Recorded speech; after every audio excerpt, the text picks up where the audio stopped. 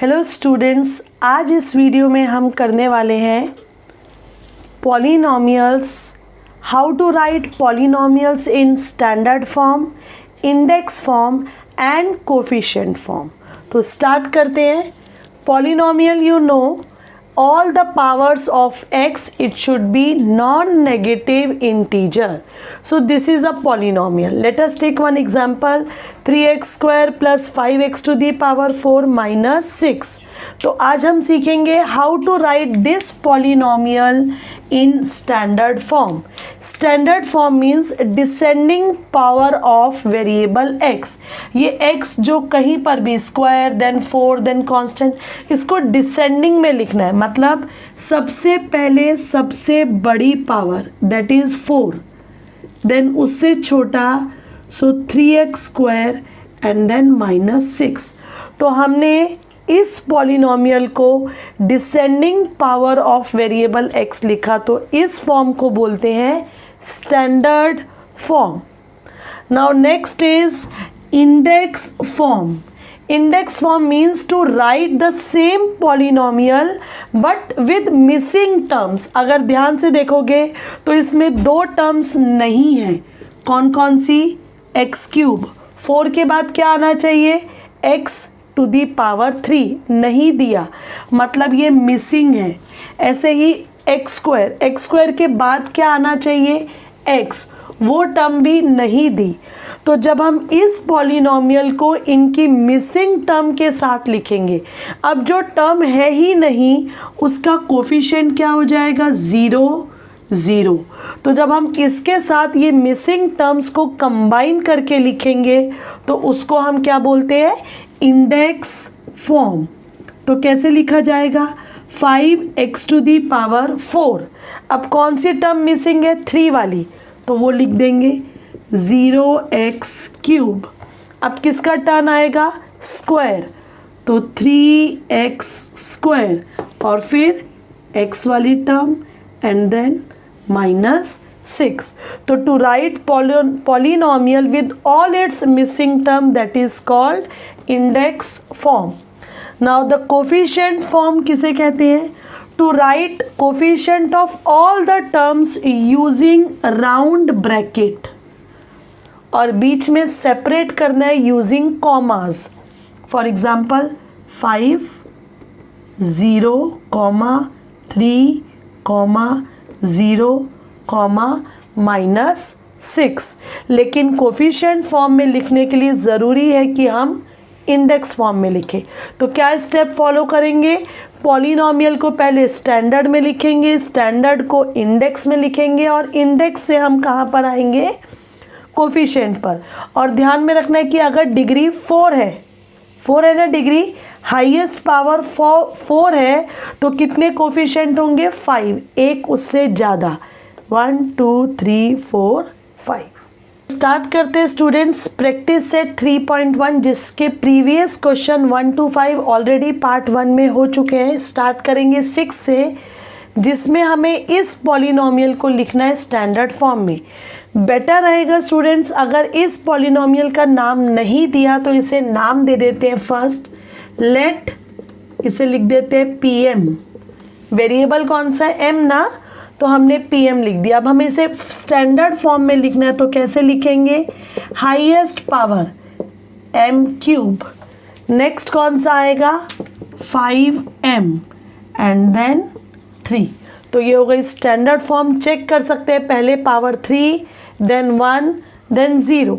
अब आते हैं नेक्स्ट पार्ट पर, सेकेंड पार्ट पे। इसमें भी लेट, इसे नाम दे देते हैं p ऑफ y। y क्यों लिखा? क्योंकि यहाँ पर वेरिएबल कौन सा है? y। अब हम इसे लिखेंगे स्टैंडर्ड फॉर्म में, तो सबसे बड़ी पावर 5 है, this one, so y to the power 5 then 4 2y to the power 4 के बाद 3 है क्या? यस। तो अब हम लिखेंगे 3y क्यूब, 3 के बाद 2 वाली term, so minus y square, then 1 power 1, this one, minus 5y, and then after 1 0, or you can say constant, minus 1 by 2. So this is the standard form. Next question लेंगे 7, जिसमें हमें polynomial को लिखना है coefficient form.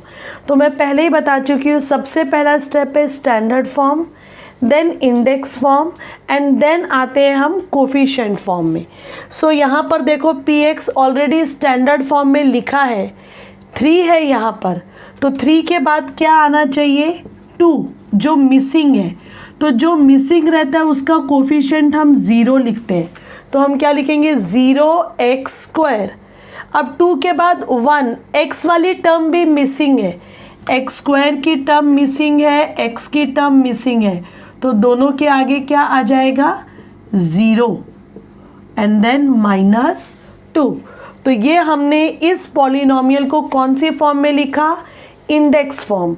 Index form में लिखने के बाद कोफिशिएंट फॉर्म में कैसे लिखा जाता है, राउंड ब्रैकेट में, इधर कुछ नहीं है मतलब 1 0 0 -2।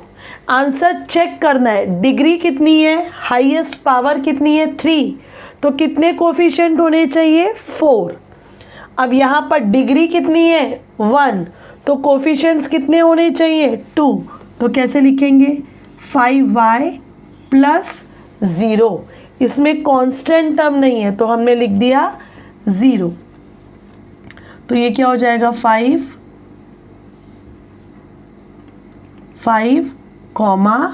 0। अब हम थर्ड वन पर आते हैं, इसमें डिग्री हाईएस्ट पावर कितनी है 4, मतलब इसमें कितनी टर्म्स होनी चाहिए 5। तो कौन कौन से टर्म मिसिंग है, क्यूब और m, ये दोनों टर्म मिसिंग है, तो कैसे लिखेंगे 2m⁴। क्यूब वाली टर्म नहीं है इसलिए 0m³। स्क्वायर वाली टर्म है वो लिख देंगे, फिर m वाली टर्म नहीं है तो 0m एंड देन कांस्टेंट। तो कोफिशिएंट लिखते टाइम 5 होने चाहिए क्योंकि डिग्री है 4, तो कौन कौन से 2 0 -3 0 7। अब फोर्थ वन तो सिंगल कांस्टेंट पॉलिनोमियल है, तो कांस्टेंट में तो एक ही टर्म रहेगी, दैट इज कांस्टेंट ओनली, तो कोफिशिएंट फॉर्म में भी क्या लिखेंगे -2/3। अब हम आते हैं 8th क्वेश्चन पर, write in standard form. Now coefficient form is given and we have to write in standard form. तो मैंने स्टूडेंट्स बताया था अगर डिग्री 4 रहेगी तो कोफिशिएंट एक ज़्यादा आता है, मतलब 5 आता है। अब अगर यहाँ पर कोफिशिएंट 3 है तो मतलब इस पॉलिनोमियल की डिग्री कितनी होगी, एक कम, दैट इज 2। तो मैं इसको लिख लेती हूँ, पॉलिनोमियल को कोई नाम तो देना है, वेरिएबल x यूज़ कर रही हूँ इसलिए मैंने इसको नाम दे दिया px।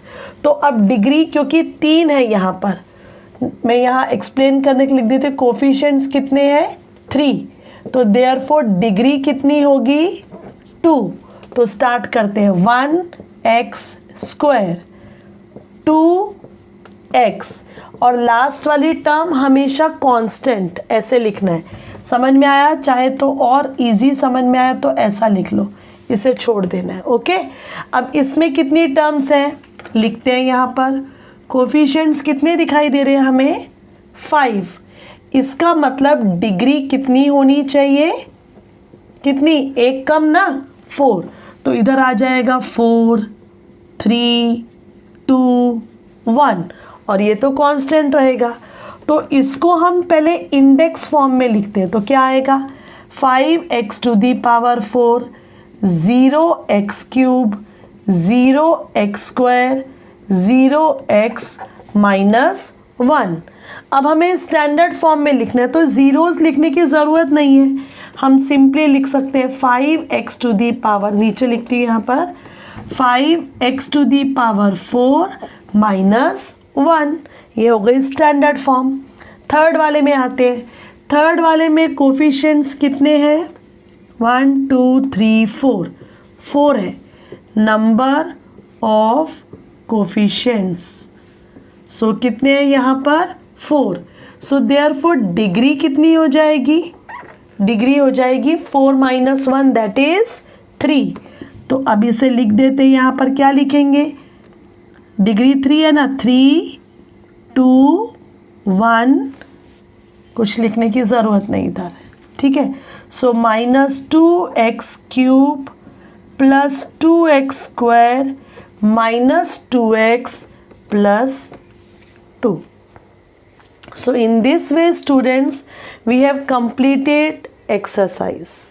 Now I will take mind map, that is we will revise the whole lecture in just 2 minutes. So आज के वीडियो में जितना भी हमने सीखा स्टूडेंट्स उसको मैं डिस्कस करने जा रही हूँ with the help of this mind map, जो भी कॉन्सेप्ट है। सो हमने सीखा पॉलिनोमियल, ये एग्जाम्पल दिया है मैंने पॉलिनोमियल का 5x² + 3x⁴ - 6। इस पॉलिनोमियल को स्टैंडर्ड फॉर्म में, what do you mean by standard form, descending powers में लिखना। यहाँ पर सबसे पहले 4, 3x⁴ 5x² - 6, इसे बोलते हैं standard form, descending power of x।